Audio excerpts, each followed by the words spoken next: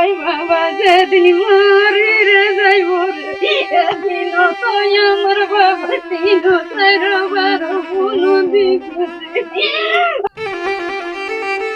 কোটা ইস্যুতে বৈষম্য বিরোধী আন্দোলনের সময় ঢাকার যাত্রাবাড়ির সাইনবোর্ড এলাকায় গুলিতে মারা যাওয়া ফয়েজের স্মৃতি মনে করে এখনও কাঁদছেন তার মা বাবা। সংসারের একমাত্র উপার্জনক্ষম সন্তান ছিলেন ফয়েজ। তার অনুপস্থিতিতে অসুস্থ বাবা মায়ের সংসারে অভাব অনটন নিত্যসঙ্গী। ফয়েজ আমার সংসার একমাত্র উপার্জনকারী। ফয়েজ আমার সংসার রক্ষণাবেক্ষণের সমস্ত দায় দায়িত্ব ফয়েজের কাছে ছিল। এমন ফয়েজ দিয়ে আমরা আমাদের ফ্যামিলি চলতো, ফয়েজের কামাই ইনকাম দিয়ে। যেহেতু ছেলে মারা গেছে, এখন আমরা অসহায় অবস্থা আছি। 2024 সালের 21 জুলাই সন্ধ্যায় কাজ শেষে বাসায় ফেরার পথে গুলিবিদ্ধ হয়ে মারা যায় 31 বছর বয়সী ফয়েজ। তার বাড়ি লক্ষ্মীপুর জেলার রায়পুর উপজেলার উত্তর চর আবাবিল ইউনিয়নের জাউডগি গ্রামে।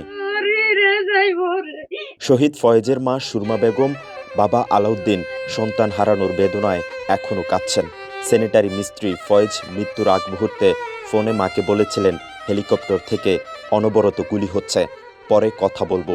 এটাই ছিল ফয়েজের জীবনে মায়ের সাথে শেষ কথা। বান্ডেল থাকলে প্রতি সেনমানিতে টাকা বাঁচবে।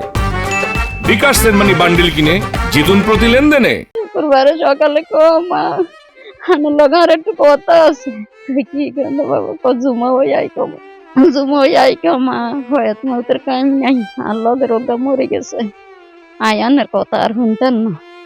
এরকম এরকম মা ইয়া করছে, যদি আর কিছু হয়ে যা তাদের কাছে আর দাবি আর হতে যেন আর জন্মস্থানে মানুষটা আর না আর হুতরে চাইবেন, আপনি কোন আর লোক ওয়াদা দেন, আপনি যদি আর হুতরে বস্তিত্ব না আর হতে যেন মানুষ না তোর তো না তোর লাই মার যায় তো জান জীবন, তোর হুতের লাই মারে তো জান জীবন, মার না করাঘাত নেই চাইতে মার তোর হুতরে।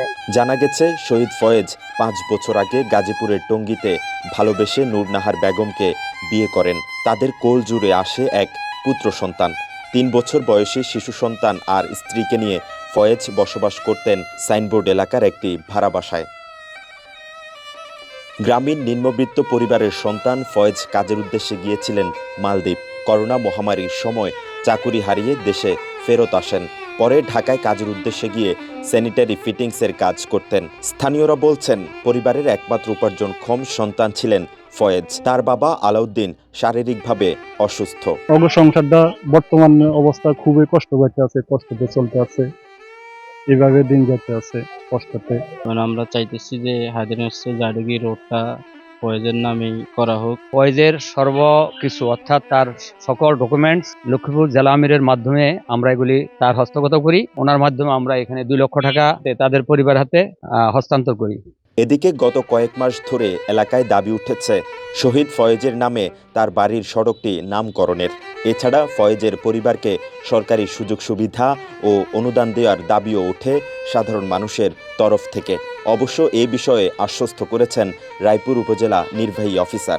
রাস্তার নামকরণের বিষয়ে সে বিষয়ে আমরা আমাদের ঊর্ধ্বতন কর্তৃপক্ষকে অবহিত করেছি। এটা মিনিস্ট্রি কর্তৃক অনুমোদিত হয়ে আমাদের জেলা প্রশাসনের মাধ্যমে আসলে আমরা সেক্ষেত্রে তাদের সাথে আলোচনা সাপেক্ষে পরবর্তী ব্যবস্থা নিব। ধন্যবাদ। জুলাই গণঅভ্যুত্থানে সম্মুখভাগের যোদ্ধা ছাড়াও অনেক সাধারণ মানুষ প্রাণ হারায়, আর তাদের মধ্যে একজন ফয়েজও চলে যায় অসীম অন্তিমের পথে। আজ তাকে হারিয়ে পাগল প্রায় তার বাবা মা। বিধবা হয়েছেন তার স্ত্রী নূর নাহার।